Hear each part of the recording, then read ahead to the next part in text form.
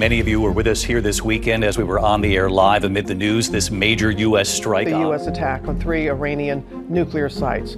This morning, we're getting a look at some of the damage done over the weekend. And tonight here, Iran's retaliation targeting the largest U.S. As whispers of World War III grow louder across international headlines, millions are asking a question that would have seemed absurd just decades ago. Where on earth could you actually survive the unthinkable?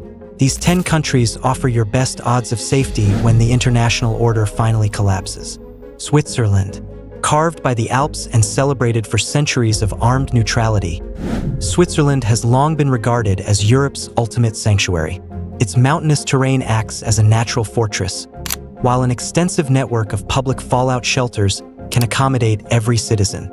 Since formally embracing neutrality at the Congress of Vienna in 1815, Switzerland has skillfully balanced diplomatic relations among larger powers, steering clear of both world wars.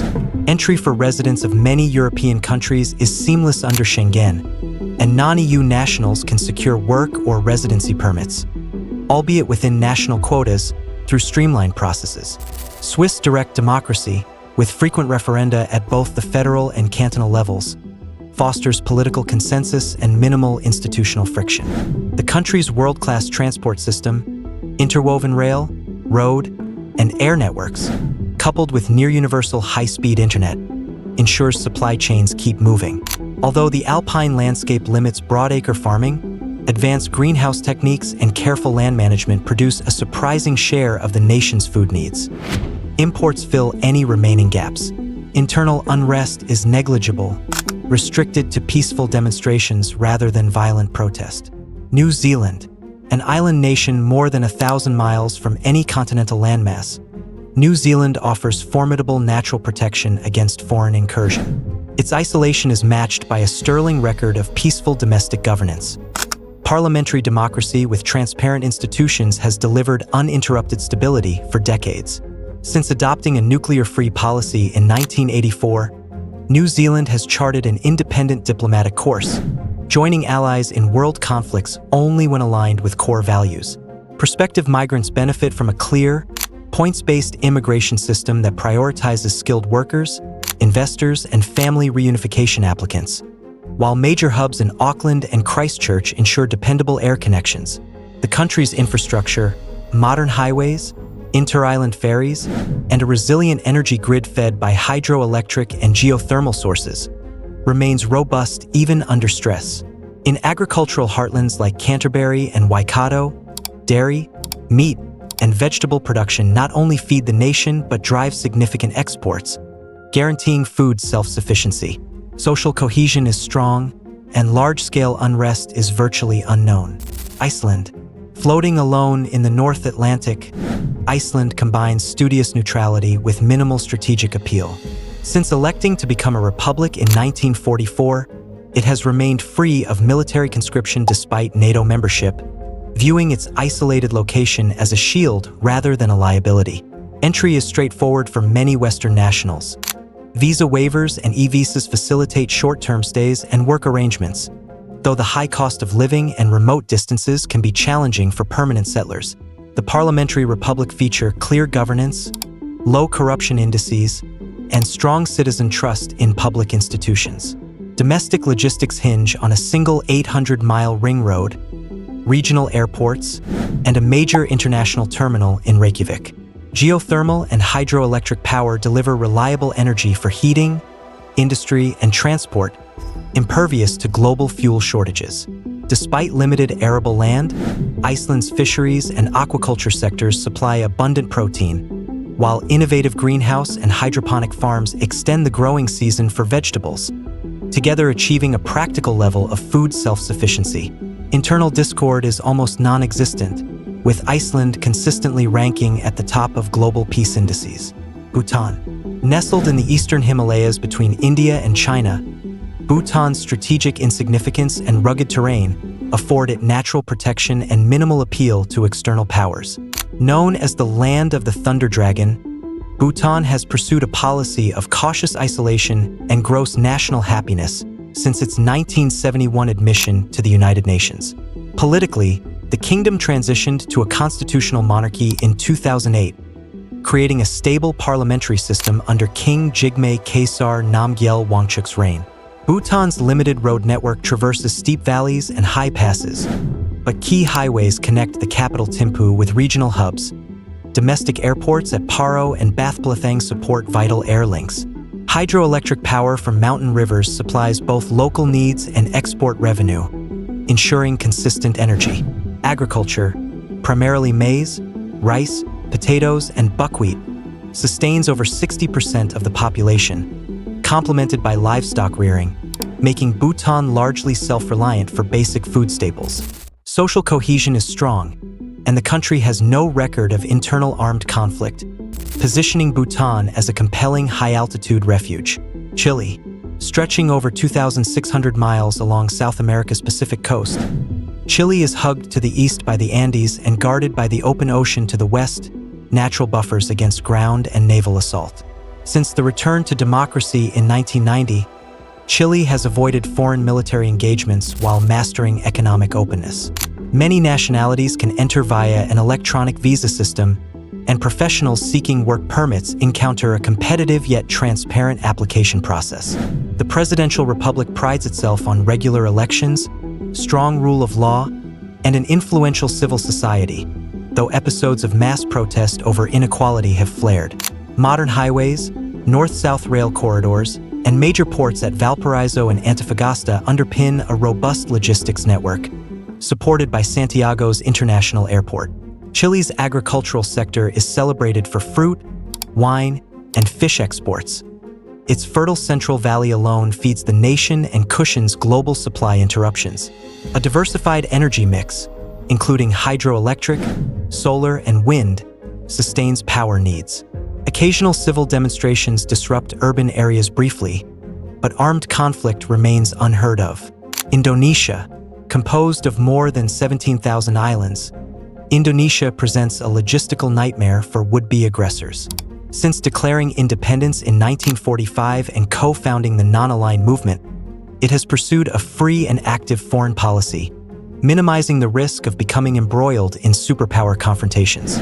Short-term visitors from many countries can obtain visas on arrival in Jakarta, Bali, or other gateways, while longer stays require employer sponsorship. Indonesia's presidential system has weathered regional separatist movements, most notably in Papua, yet national unity remains largely intact. An expanding network of international and domestic airports, seaports, highways, and ferries sustains internal travel, though remote islands can still be underserved. Rice, palm oil, spices, and fisheries feed the archipelago's 275 million people, and strategic imports fill minor nutritional gaps, yielding an impressive degree of self-sufficiency. While occasional localized unrest occurs, the absence of widespread internal warfare makes Indonesia a plausible refuge for those who can navigate its complex entry requirements. Costa Rica. Costa Rica's decades-long commitment to peace and environmental stewardship makes it an attractive refuge in times of global turmoil. Abolishing its army in 1948, the country redirected resources towards education, healthcare, and infrastructure, fostering a stable democratic republic with high civic engagement. The nation's strategic position in Central America, flanked by Nicaragua and Panama, presents no significant military value to foreign powers, while its extensive network of protected forests and national parks underscores long-term resource management. Major highways connect San Jose to coastal ports on both the Caribbean and Pacific, and advanced telecom infrastructure ensures widespread internet and mobile coverage. Nearly 20% of the land is under conservation, but fertile valleys in the central and northern regions support diversified agriculture, bananas, coffee, rice, and vegetables, that meets over 70% of domestic food demand. A robust public health system and consistent political stability, characterized by peaceful elections and low corruption, further enhance Costa Rica's profile as a viable mid-tier sanctuary. Finland. Finland's dense forests, thousands of lakes, and northern latitude combine with a staunch defense policy to create a secure environment. While Finland joined NATO in 2023, it has maintained a tradition of non-provocative defense and robust civil preparedness. The Finnish parliamentary republic prioritizes transparency and citizen welfare, with consistent low corruption rankings. An extensive network of all-weather highways and rail lines links Helsinki, Tampere, and Turku, while modern ports on the Baltic Sea and Helsinki-Vantaa Airport ensure reliable international connections. Finland's energy mix relies heavily on hydropower and increasingly on renewable sources, providing stable electricity. Subsistence and commercial agriculture, focused on grains, root vegetables, and dairy, cover most domestic food demand, while advanced biotech initiatives enhance local production. Strong social cohesion and comprehensive emergency services underscore Finland's viability as a top-tier safe haven. Sweden's famed policy of military non-alignment and comprehensive welfare infrastructure make it a compelling sanctuary. Since ending its formal alliance ties in 1814, Sweden has refrained from engaging in armed conflicts, cultivating a culture of neutrality and diplomacy. Its social democratic governance ensures robust public services, with strong rule of law and frequent peaceful transitions of power. Sweden's logistics network, anchored by major ports in Gothenburg and Malmö, high-speed rail lines connecting Stockholm with regional hubs, and multiple international airports, supports uninterrupted supply chains. Approximately 50% of domestic electricity comes from renewable sources, hydropower and wind, and modern highways facilitate efficient land transport. Arable farmlands and greenhouse cultivation supply a significant portion of the population's food needs, supplemented by advanced food distribution systems, resulting in high self-sufficiency. Minimal internal unrest and a high trust in public institutions reinforce Sweden's status as a realistic refuge.